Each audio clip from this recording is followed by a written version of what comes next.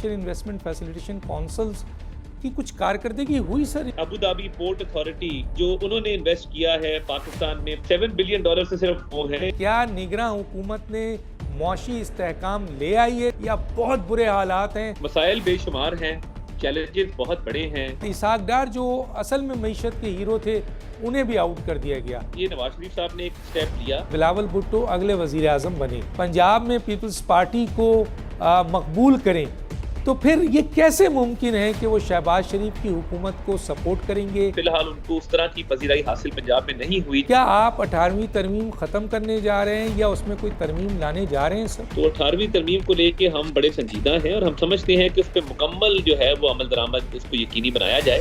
دیکھیے وزیر اطلاعات عطا تارڑ کا خصوصی انٹرویو پروگرام تبدیلی میں آج رات 10:03 پر صرف بول نیوز پر.